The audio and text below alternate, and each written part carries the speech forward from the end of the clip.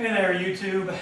Haven't made a video in a while, but yeah, that's just how these things go. I don't make any money doing this. I'm just doing it for fun, so don't complain.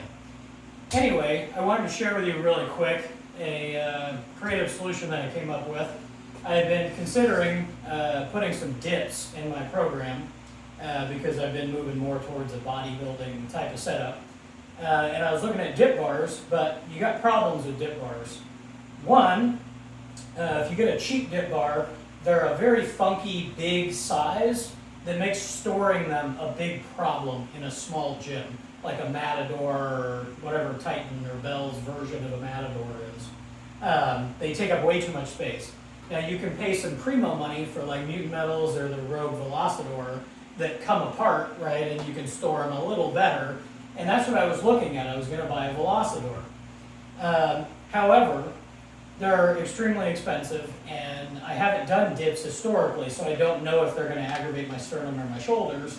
So I didn't really want to spend $350, $380 to get a Velocidor shipped to my house and then never end up using the thing because they irritate me.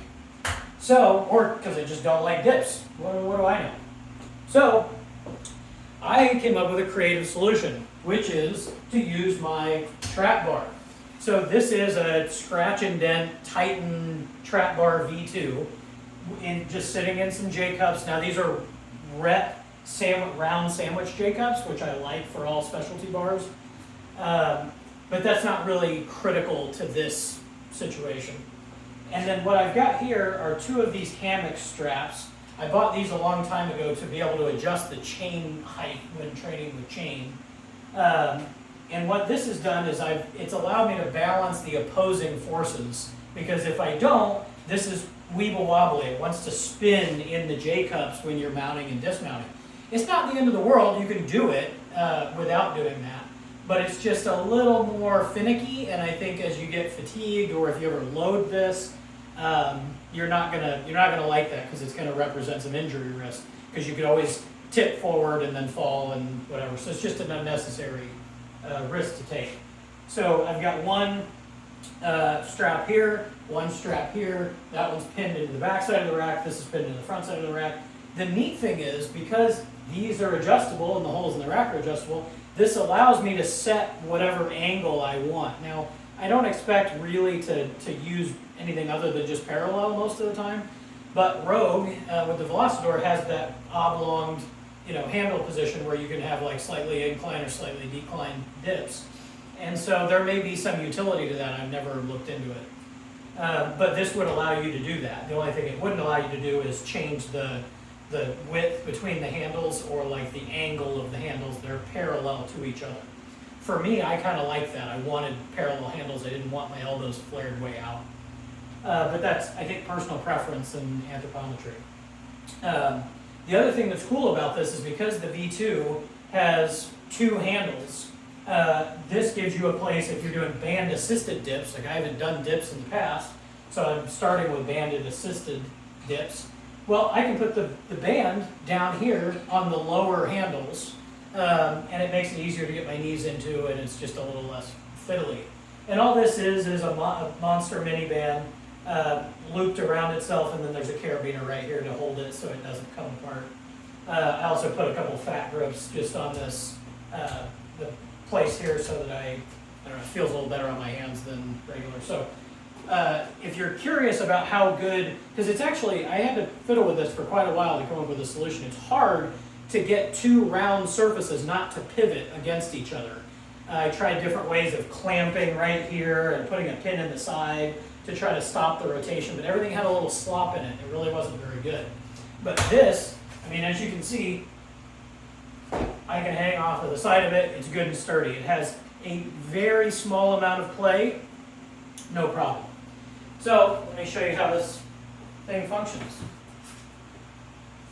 Ugh. And of course, again, because this is on a rack, it's completely height adjustable. So it's easy for you to set to whatever height makes sense for you.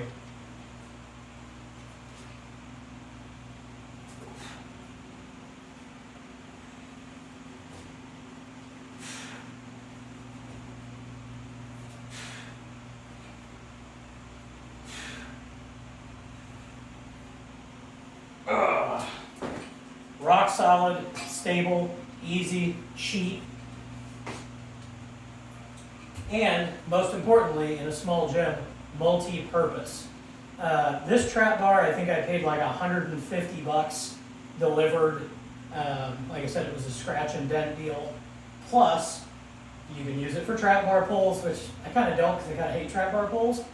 But I have been using it for trap bar overhead press, and I've really liked that lately because you're moving your handles from being in the front where you've got a lot of anterior delt and upper pec development, and you're moving them out to the side, so you're really getting your medial delt a lot more with that, and it's just a cool variety that also allows for, I mean, you really, at the bottom, the only thing stopping you is your elbows hitting your rib cage. I mean, it is, because there's no bar to hit on your chest.